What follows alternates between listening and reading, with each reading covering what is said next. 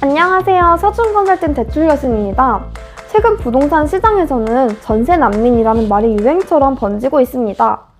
이는 서울 등 주요 지역의 아파트 전셋값이 급등하면서 세입자들이 다른 곳으로 이사하기 위한 전셋집을 구하러 다니는 과정에서 겪는 어려움을 표현한 신조어예요.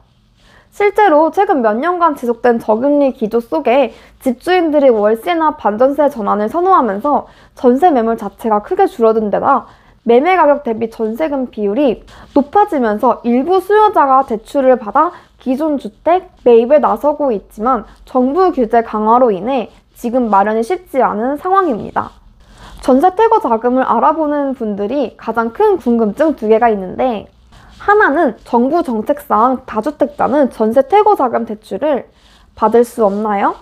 그렇지 않습니다. 2주택 이상 보유자도 전세금 반환 자금 대출을 받을 수 있습니다. 다만 1주택자와 달리 신규 주택 구입 목적으로는 대출을 받을 수 없습니다. 즉, 이미 거주 중인 주택을 담보로 한 퇴거 자금 용도의 대출만 가능합니다.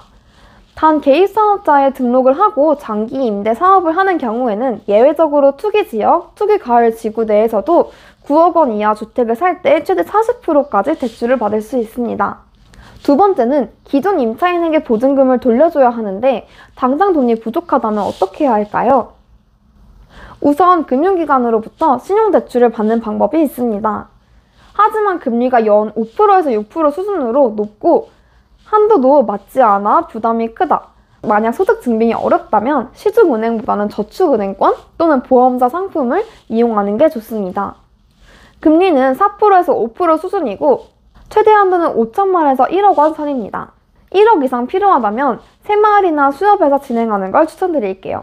금리는 5%에서 6%, 한도는 시세 대비 80%에서 방빼기를 합니다. 그리고 소득이 없거나 신용이 좋지 않은 경우에는 P2P 대출이나 대부업에서도 전세금 반환 대출을 진행합니다.